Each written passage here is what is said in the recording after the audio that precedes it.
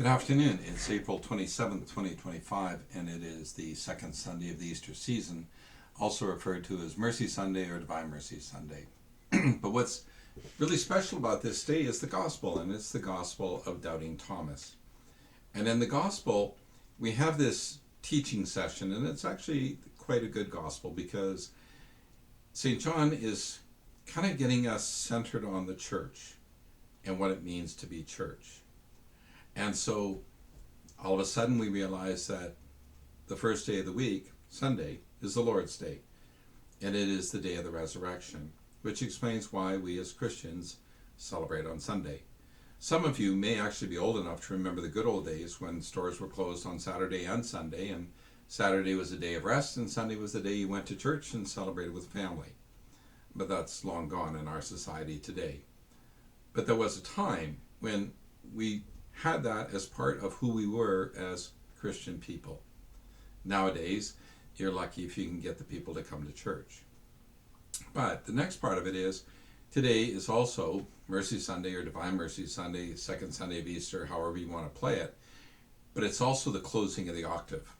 And in the Gospel, there is mention of Jesus appeared on the day that he rose from the dead, and 8 days later, the octave.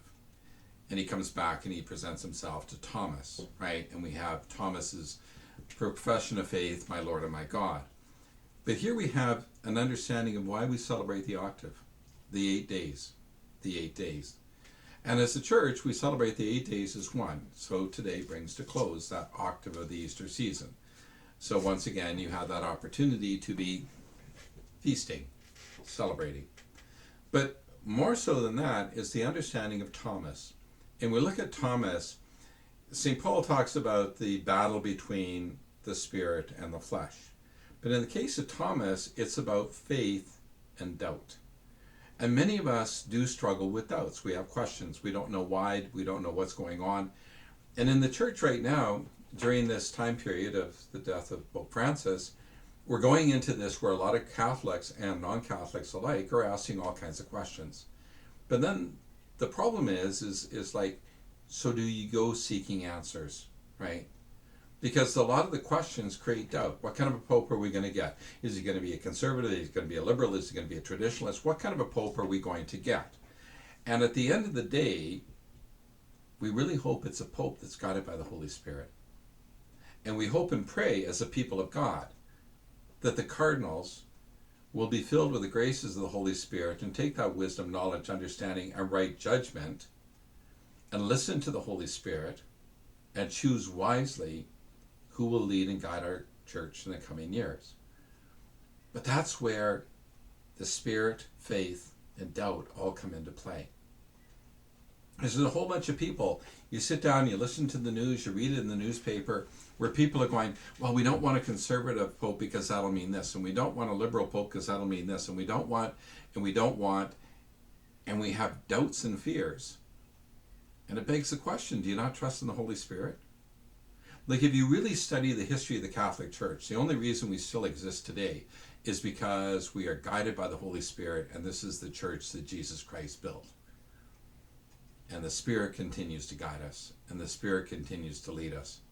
Because when you look at our history, we've had some troubled times, but the Spirit has always led us through it.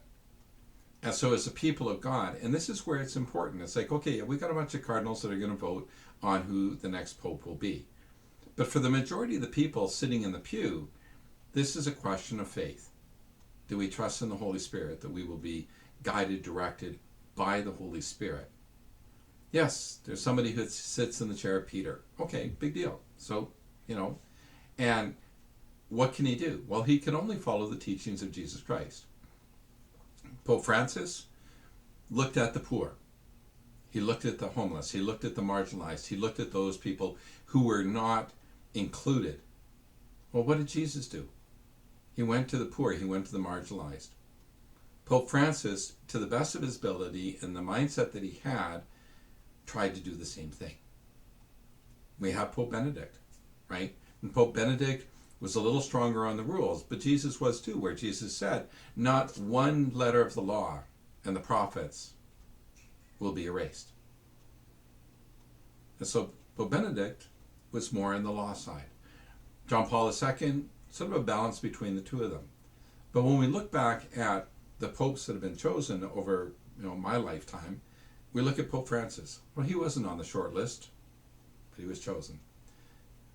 Pope Benedict, well, yes, he was on the short list. He was actually probably the top of the short list, and he became Pope.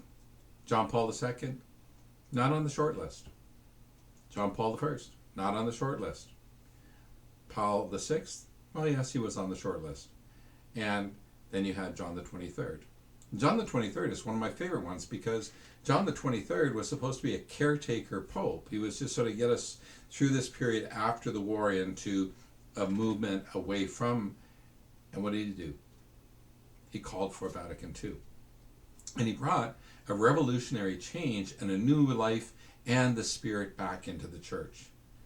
All of a sudden, instead of being a church that is sort of hiding itself and a church that is filled with scandal and decay, we open the windows up to the Holy Spirit. Yes, I'll be very honest with you. There's a lot of priests that left. There's a lot of nuns that left. But I also know that a lot of that had to do with, we have priests and nuns who don't like the laity looking over your shoulder. And you know what? We have lots of priests and nuns who like being up on a pedestal. But we've got an example of a pope in Pope Francis who got down with the people and washed their feet. And even John Paul II and Pope Benedict had an incredible humility about them. And that's what's most important. And that's what John the 23rd saw, is that the church had forgotten its roots of humility. We come to serve. We're shepherds. We take care of the sheep. We feed the sheep. We tend the sheep. Well, that takes a lot of humility. And so what do I look for in the next pope? Well, I'm hoping we have another humble, very humble pope. Somebody who sees the importance of feeding the hungry, clothing the naked, giving shelter to the poor. Someone who recognizes that we are all God's children, and none of us are actually better than anybody else. Do not doubt, but believe. And so that's where I sort of take my guidance from St. Thomas this weekend, where it's sort of like, we have all kinds of doubts, we have all kinds of worries, but do we trust in the Holy Spirit? Do we believe that the Holy Spirit actually is in charge and taking care of our church? And that's where my faith resides. I know the Holy Spirit's in charge. I know God's in charge. Because all I have to do is look at the history of our church. Without the Holy Spirit, we would have been gone a long time ago. But the Holy Spirit continues to lead and guide and direct us along the way. So my prayer is that the cardinals pray for the gifts of the Holy Spirit, the wisdom, the knowledge, the understanding, the right judgment, the reverence for themselves and the reverence for all of God's people, to choose wisely, to listen to the Holy Spirit, and choose wisely. It is April 27th, 2025, and it is the second Sunday of Easter. May God continue to watch over you, protect you, guard you all the days of your life. God bless.